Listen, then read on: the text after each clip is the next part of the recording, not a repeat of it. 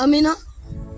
Kitabu cha Ayubu 21:22 Biblia inasema, jua sana Mungu ili uwe na amani, ndivyo mema yatakapokujilia. Watu wengi wameshindwa kumjua Mungu, ndio maana mioyo yao imekosa amani. Ninajifunza kwa kina Shadraka, Meshaki, Abednego. Walimjua Mungu wao kwamba ni moto ulao. Ndio maana walikubali kutupa kwenye tanuru la moto, wakijua kwamba Mungu wetu ni moto ulao. Hata tukitupa kwenye tanuru la moto, yeye ataula moto. Watu wengi wanaishia kulia.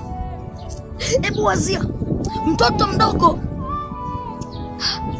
mtoto wa mtaani ambaye hana baba wala mama, akipata tatizo akabakwa, akalawitiwa, akapigwa, kwa kuwa ni yatima, hana mahali pa kusema. Lakini mtoto ambaye ana baba akipigwa anaenda kusema kwa baba yake, hata watu wanakuwa wanamuogopa baba yake. Lakini anapokuwa yatima anakuwa ni mnyonge, anakuwa hana amani, baki nafika wakati anakata tamaa. Mwanadamu akimjua Mungu ni rahisi Mungu kukaa ndani yake. Ndio maana siku zote mimi huwa namlilia Mungu nimjue yeye, kwa sababu ukishamjua Mungu ndipo unavyovipata, unavyovitafuta vitakuja mbele yako.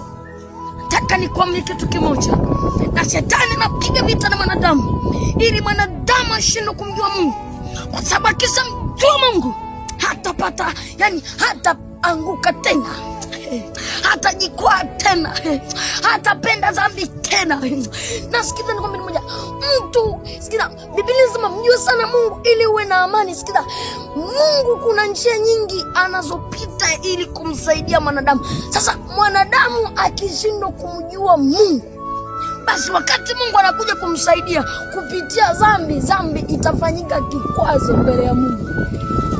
Umeshindwa kumjua Mungu, ndio maana huna amani. Umeshindwa kumjua Mungu, ndio maana yani Biblia inasema mjue sana Mungu ili uwe na amani, na ndivyo mema atakapokujilia. Umeshindwa kumjua Mungu, ndio maana mabaya yanakujia. Nataka nikwambie kitu kimoja, penda sana kumjua Mungu, utakuwa na amani. Hata ukipita katika majaribu, najifunza katika Danieli, najifunza kwa Danieli, alikubali kutuba kwenye tundu la simba, akijua Mungu wangu ni simba wa kabila la Yuda.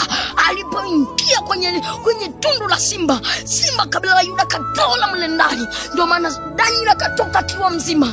Mjue sana Mungu ili uwe na amani, ndivyo mema atakapokujilia.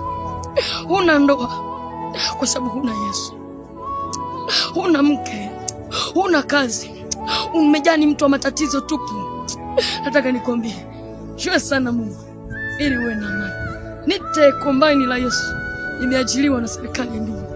Injili yangu ni kuambia watu waache dhambi. Mungu